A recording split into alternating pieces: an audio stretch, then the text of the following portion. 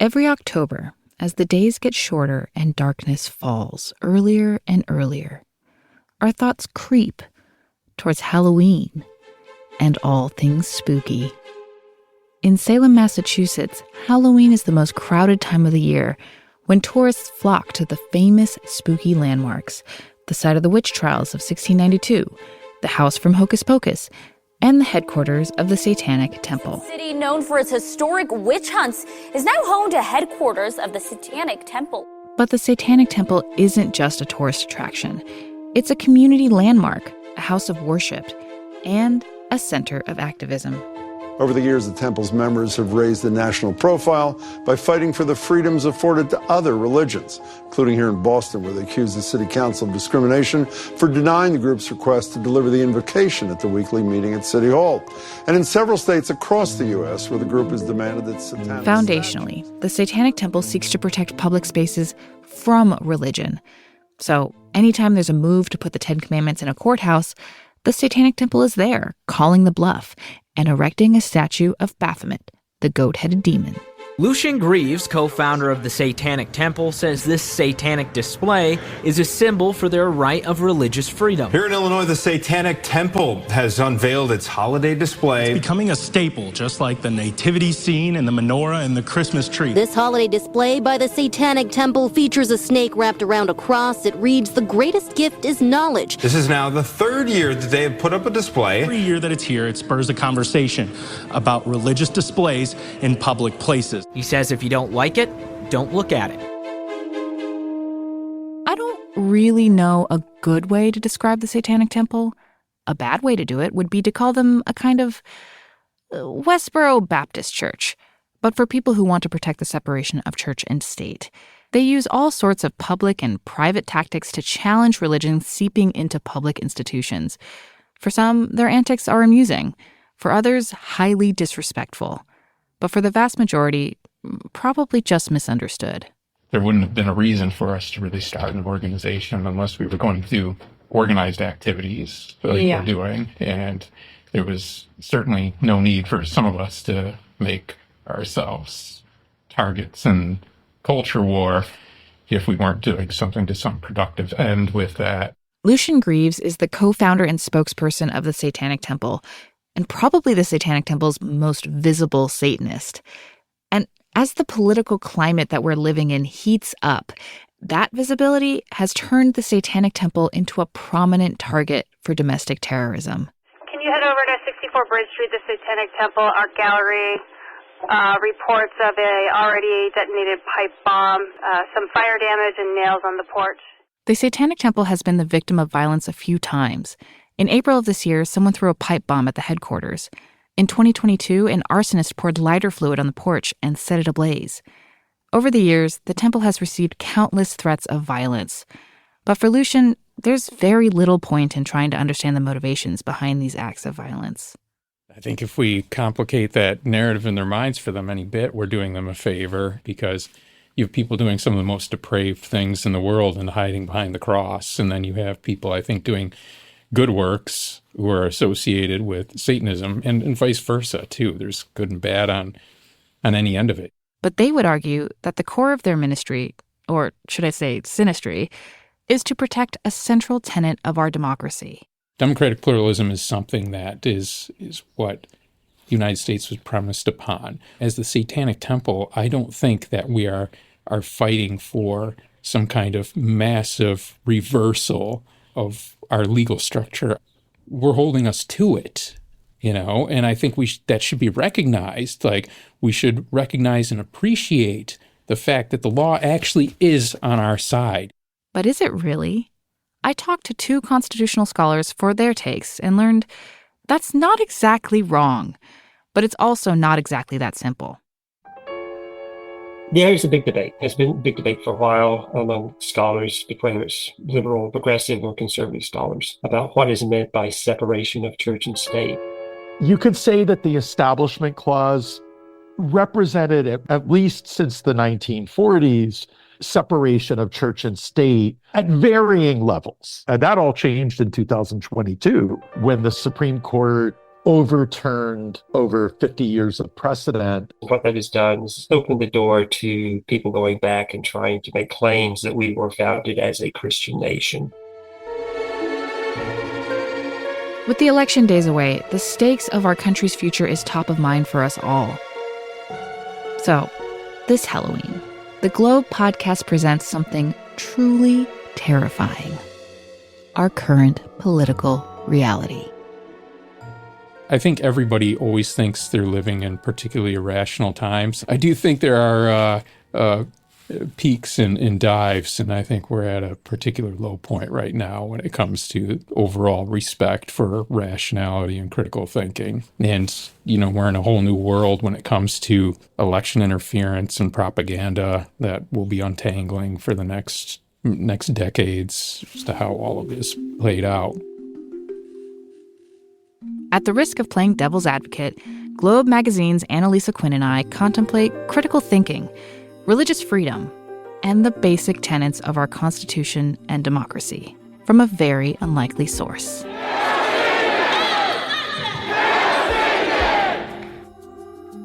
I'm Jasmine Aguilera, and this is The Globe.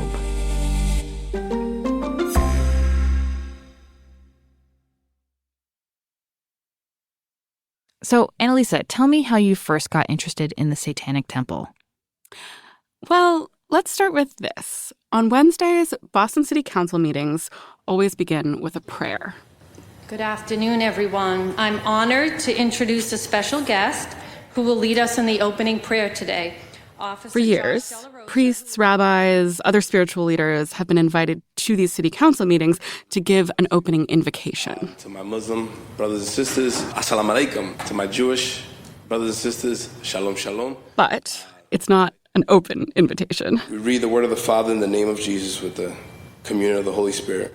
It says, so in 2021, the Satanic Temple sued the city after the city council declined to let Satanists deliver the opening invocation at the start of a meeting.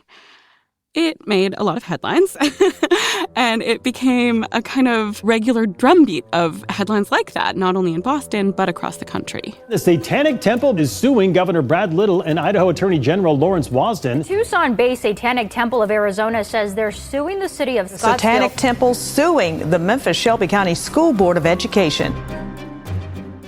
And I think at a certain point, I just thought, who are these people?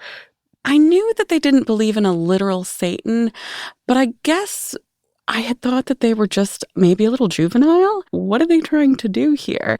I thought that they were kind of pranksters. And I think around that same time, the Satanic Temple's Iowa chapter had put up a satanic display in the state capitol, and a former congressional candidate beheaded it and was charged with a hate crime. And this kind of became national news. A satanic holiday display at the state capitol has been vandalized after receiving pushback from religious. And so I thought, okay, they're local. Maybe I can spend some time and figure out what exactly they're trying to do here. Well, I just want people to understand what we're trying to do from our perspective, and then they can agree with it or disagree with it how they see fit. But, if you're not defining yourself, especially when it's something like this, people are going to define you for you. I remember when I first emailed the spokesperson and co-founder of the Satanic Temple. His real name is Doug, but he goes by the pseudonym, they call them Satanims actually, Lucian Greaves. I remember asking just, I think if he had time to sit down and have coffee with me or something. And he responded, he said yes. And then he sent me a photo of a cookie he had decorated during one of their satanic cookie decorating events. And I remember being sort of charmed by this. And, of course, they have cookie decorating events. They have wine and cheese nights, they have movie nights. They very much delight in having these kinds of wholesome sounding activities to kind of play with people's expectations. So I figured I might as well just go up to Salem and see what was happening. It's funny. This is a guy who is one of the heads of the Satanic Temple. He's tall, he's thin, he's dressed all in black. One eye is sort of scarred over. He's a really sort of satanic figure. But in person, he's actually very shy. He's actually pretty uncomfortable with the spotlight that he found himself in. And this is a guy who's notorious for these public stunts that are designed to shock.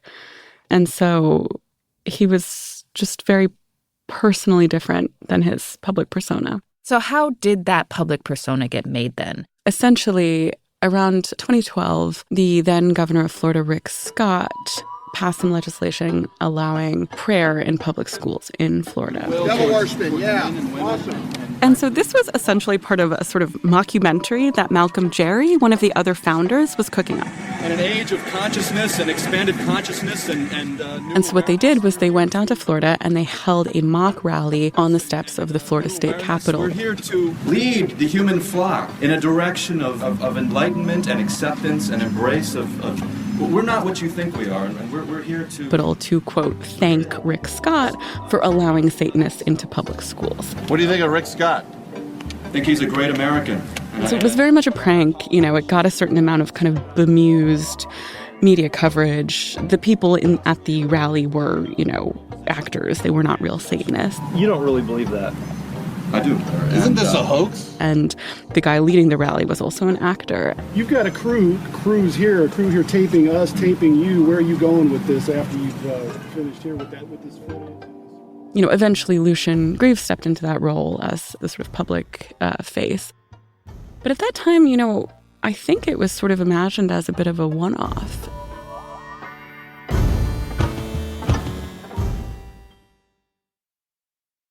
But then, shortly afterwards, there were the Boston Marathon bombings. And after the marathon bombings, the Westboro Baptist Church, which is a far-right fundamentalist Christian group based out of Kansas, they announced that they were going to picket the funerals of marathon bombing victims because they said the bombing was God's punishment for Massachusetts legalizing gay marriage. And, Malcolm Jerry and Lucian Greaves, both of those are pseudonyms, were appalled by this. And so to kind of give them a taste of their own medicine, they held a, quote, pink mass. Fred Phelps, who's the founder of the church, they found his mother's grave in Mississippi, and they held a mock ritual to, quote, turn her gay in the afterlife, which is sort of riffing on the Mormon tradition of baptizing the dead. And so they had same-sex couples make out over her grave while Lucian Greaves kind of presided over them with horns. At one point, he took out his genitalia and rested his scrotum on the headstone of Fred Phelps's mother. That photo, pretty infamous. You can find it online if you're so inclined. And so I think those two acts, the Pink Mass and the Rick Scott rally, really got them a lot of attention. And I think it also made them think, hey, we can really do something with this, because again, the thing about Satan is it's so activating that you will get media coverage. You will get a lot of attention, even if you're just two dudes and a bunch of actors in, discount cloaks. Is it fair to say then that this is a religion that was born from a political stunt? I think that's fair. They would probably dispute that in part because it's very important to them to keep their IRS status. And I think even if it was born from a stunt, I would no longer call it just a stunt. They are a real religion with rituals and members and a set of core beliefs.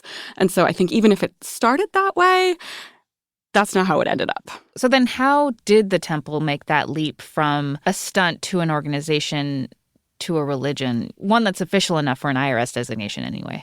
Well, it was the early 2010s when Lucian and Malcolm officially started the temple.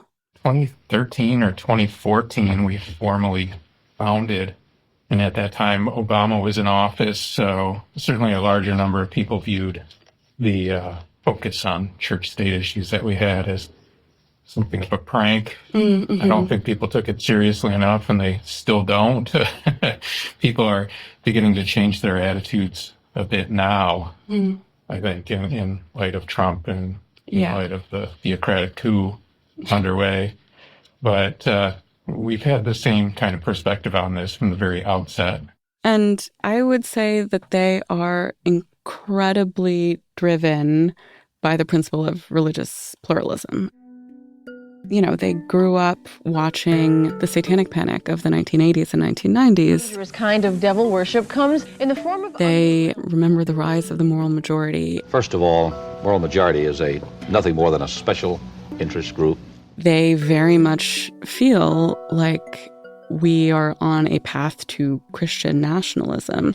As a patriot of faith. And, I think Malcolm and Lucian have been thinking about this for decades. I think they feel like religious pluralism is a sort of incredibly precious American birthright that we're in danger of just giving up because we're not paying attention. The Satanic Temple would say they are the originalists. They are preserving sacred American traditions. They are trying to uphold the principles that this country was based upon, even if they look like sort of outsider punk pranksters. They're trying to preserve this kind of original American heritage. I think one of the main misconceptions people have about us is this notion that we're simply utilizing religious liberty laws to try to push a different agenda. And that's really kind of disturbing to me because I think non-believers have kind of abdicated their place at the table because the spirit of the law is that there shouldn't be any distinctions based on religious belief, whether you're a non-believer or not. Well, so the Satanic Temple would certainly identify itself as a religion, just a religion that does not believe in God. Non-theistic religion. Exactly. Yeah. But they were doing all kinds of interesting sort of activism around the country. They had all of these ongoing lawsuits. Is it sort of fair to say that your primary tool is litigation? Well, tool for what? Like when it comes to kind of reforming things to be equitable, like we're using legal means 100% of the time. And when it comes to protest and things like that, we have our protest standards, but we always think that protest should have some kind of theory of action, right? And that's something I've been very critical of when it comes to other activist groups just going out and holding signs and not even making clear demands. So can you tell me a little bit more about their tactics and what makes them so effective? Well, I think one thing they do really well is they shock people, but there's always an underlying function. So when I first heard of them, again, I thought that there was something maybe a little juvenile about their project. For instance, they opened this abortion clinic. They called it Samuel Alito's Mom's Satanic Abortion Clinic. Like they enjoy offending people, but they're not shock jocks. That is kind of shocking. Going after a mom. What's the Christian backlash to this? Yeah, so there has been a lot of backlash from a variety of directions. The Satanic Temple is going to lose as soon as a fair judge has this case before them. One of the people I spoke to for the story was former Arkansas State Senator Jason Rapert, who was one of the people who really led the charge to put up the Ten Commandments monument on the Capitol State grounds in Arkansas. And so he and Lucian in particular have been tussling for years. I think it's fair to say that they're not fond of each other. They flew in the leader of the Satanic Temple to sit at the table with me during that deposition. I was with them for that 8.5 hours, and 99% of their time was not spent on Act 1231, which is the law they were suing over. 99% of the time was spent attacking me because I am a Christian serving in public office. And Jason Rapert's view is that we are a Judeo-Christian country, and it's not anyone's job to make people comfortable with that if they're not. And, he very much believes that our legal system is based in the Ten Commandments, for instance, and that, public displays should reflect that. I'm guessing the Satanic Temple's abortion clinics aren't going to go over well either with those folks. What about with pro-choice activists, people on the left that would seemingly be on the side of the Satanists? I mean, there's certainly backlash from progressive groups who are pro-choice, who don't want Satanists to come in and sort of create these associations to confirm these sort of ideas that abortion is satanic. I mean, you could see how that would be really troublesome for people who have been working on this kind of activism for a long time. So there's certainly criticism from the left. It strikes me that they have 2 abortion clinics. Are they picking that because abortion is an issue that is semi-religious in nature, or the opposition to it is? Yeah, I mean, they feel that the Dobbs decision is a sign of creeping Christian nationalism and the incursion of extreme conservative Christianity into public life. A lot of abortion activists are not thrilled that the Satanic Temple has joined their team for obvious reasons because of the optics. But the idea is that they could then use that to sue to reestablish abortion rights in other states. And so they have an abortion ritual. It's intended as an affirmation of your bodily independence, your bodily autonomy. And that is actually a very important satanic tenet. They have 7 tenets, and one of them is one's body is inviolable, subject to one's own will alone. What does that mean? It means you're in charge of your own body, that nobody else gets to make choices for you. You are in control, and that extends to, if you are pregnant, that extends to the fetus. Is it literally a ritual? Like, do they seek out pregnant people to have abortions just to do this?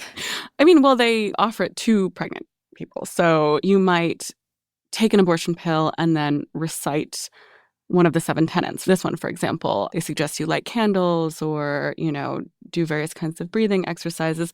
And I think the idea is to just make it feel like you have agency over the process, that it's a choice that you are making for yourself. Nobody's making it for you.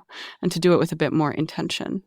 Okay, but now, since the Dobbs decision overturned Roe v. Wade, that ritual has the potential to become legally very significant, right?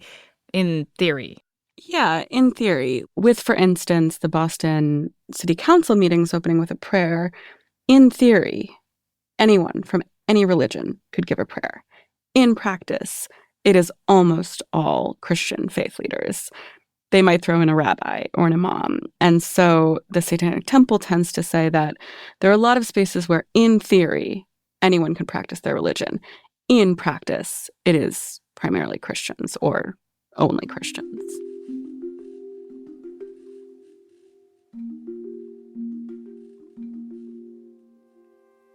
After the break, I talked to 2 constitutional scholars about what exactly the First Amendment protects, in theory and in practice.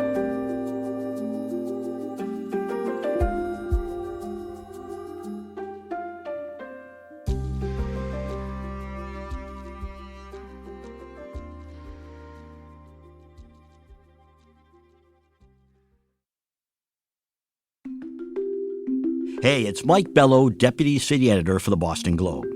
If you're enjoying this episode so far, please subscribe to this feed where we will periodically drop new and exciting bits of audio journalism. Sit with us and experience the best of the Boston Globe in your ears. We will drop new and intriguing stuff when we have it. So send a text to someone in your life who would enjoy the podcast. Tell them to subscribe and never miss a drop. Welcome back. Perhaps it's the ghost of our country's founding fathers possessing me, but I'm feeling strangely compelled to seek out the past. At the time of the Revolutionary War, 1775, there were 13 American colonies. 9 of the 13 colonies had some form of an established church, which meant people were forced to pay taxes for the dominant religion. Oh, yeah. We're going all the way back.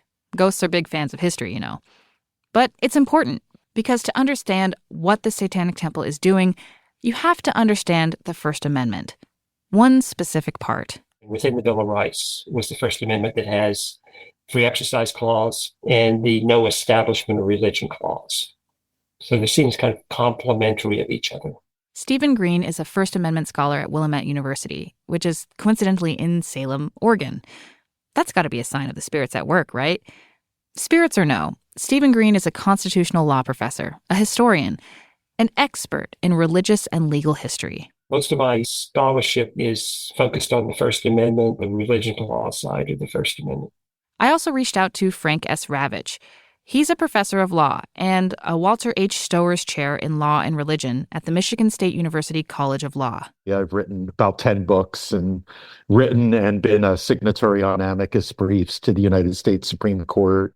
In these separate interviews, they're going to explain the legal boundaries of our freedom of religion because, as many Supreme Court cases can demonstrate, it's complicated and constantly evolving. Really, when it comes to religion, there's 3 clauses in the First Amendment that are very important. The first of the 3 is the Establishment Clause, separation of church and state, some semblance of it as a broad description. I've always interpreted that to mean the government should stay out of the business of declaring any kind of religious doctrine, shouldn't be making religious proclamations, anything that even slightly related to what an establishment meant at the time. Basically, the government should just stay out of the business of religion. And then you have the Free Exercise Clause, which generally protects people's right to exercise their religion so that government can't significantly interfere with it. And it was long understood that there should be sort of a balance between these. This balance teetered back and forth. And to oversimplify decades of case law down to 2 examples, you can see this balancing act in 2 key cases. In 1962, Bible reading and prayer in schools were ruled unconstitutional because of the Establishment Clause. Then, 9 years later, in 1971, the court ruled that the state of Wisconsin could not force Amish children to go to public school past the 8th grade because that violated their freedom to exercise their religion. So, on one end of the scale, the government wouldn't play favorites with any religion, and on the other, everyone was free to practice their faith exactly as they wanted to, as long as it didn't hurt anyone else. For most of the mid-century, that equilibrium was more or less maintained. But then, in the 80s... we see this upsurge of conservatism in America. Ronald Reagan actually ran, as part of his platform, for overturning the prayer and Bible reading cases of the 1960s that prohibited prayer and Bible reading in schools with a constitutional amendment. And that actually had some legs to it for a while. And so the pendulum swung. In a case called Hobby Lobby, 2014, when the Supreme Court recognized very specifically under the Federal Religious Freedom Restoration Act that for-profit entities could deny insurance benefits to their employees, theoretically could not hire people that are inconsistent with their religious views. And, Justice Ginsburg wrote in her Hobby Lobby dissent, quoting Justice Oliver Wendell Holmes, "Your right stops at my chin." So Hobby Lobby created the possibility that somebody's religious freedom doesn't necessarily stop at the next person's chin. It was a fundamental shift in American views of it. A shift away from balance and towards favoring the Exercise Clause. A shift away from the precedents set in the 60s and 70s to 2022, when that shift was cemented. The Supreme Court in 2022 essentially said, we have for too long favored the Establishment Clause over the Free Exercise Clause. If you don't remember hearing about this back in 2022, that's understandable. At the time, another Supreme Court decision sort of took up a lot of the attention. In a sweeping ruling that overturned a half a century of precedents, 5 justices ended the right of American women to choose abortion under the Constitution. When the Dobbs decision overturned Roe v. Wade, it reversed the federal guarantee of a right to an abortion. A few days later, another case was also decided, one that had a big impact on the First Amendment, but without as many headlines. The Monday after the Dobbs decision, and I also don't think that timing was coincidental, because normally that would have been the big news. This case, the Kennedy versus Bremerton case, was about a public school football coach in Bremerton, Washington, who wanted to give thanks to God publicly on a football field after winning a game. And so consequently, he insisted that he should have a right to pray on the football field immediately following the game. Instead of interpreting the case, the controversy, as being, this is clearly a teacher engaged in demonstrative religious activity during a school event while he is on the job. The court interpreted 180 degrees differently and said, oh no, he's exercising his free exercise of religion. In that one summer of 2022, the Dobbs and Kennedy cases both overturned more than 100 years of precedent combined. And this goes into what the Satanic Temple's doing now. Let's talk about Dobbs and abortion rights and Roe v. Wade. The Satanic Temple, they have an abortion clinic in New Mexico called Samuel Alito's Mother's Abortion Clinic. That is kind of, I mean, it's both funny and kind of rude at the same time. I mean, I think they should call it maybe Samuel Alito's. Well, that's the thing, is that they are really going for it. They're really trying to. Yeah. Don't go after the guy's mother. We don't know what she thought. But, I mean, you know. Even before the Dobbs decision, the Satanic Temple claimed the right to abortion as a religious right. If you remember, one of their central tenets was the right to bodily autonomy, bodily independence. And so these satanic abortion operations aren't just political statements, but also opportunities to argue that under the Exercise Clause of the First Amendment, their religious beliefs cannot be infringed upon, and that access to abortion is a religious right. They think that if Coach Kennedy can pray on the football field at a public school, then Satanists can get abortions. You know, I think that's what the Satanic Temple's doing writ large. You know, I think they're calling people on their hypocrisy. They're calling government entities and courts on their hypocrisy. We need more of that, not less of that. And by the way, the Satanists aren't the only ones arguing this either. And the irony is there are organized, longstanding religions. There's a suit by a rabbi in Florida, some groups within the Episcopalian Church, where they're saying, look, God gave people the power to make choices. Doesn't mean we necessarily ourselves support abortion, but we support, as a religious matter, the God-given right to make a decision for yourself. If the government opens the door for someone's religious expression, they can't start cherry picking which religion is going to be allowed. The question becomes whether you can actually show that there is a substantial burden on their religious practice, how closely this is tied to their religious practice or religious free exercise. And some would also would depend on the enforcement mechanism of the state. Is the state just not making abortion available, or is the state actually going and persecuting or prosecuting people? Those issues sometimes will make a difference about how strongly you can prevail on a free exercise claim. So, for now, all we can do is wait and see. And vote. Happy Halloween. This episode was produced and sound designed by me, Jasmine Aguilera.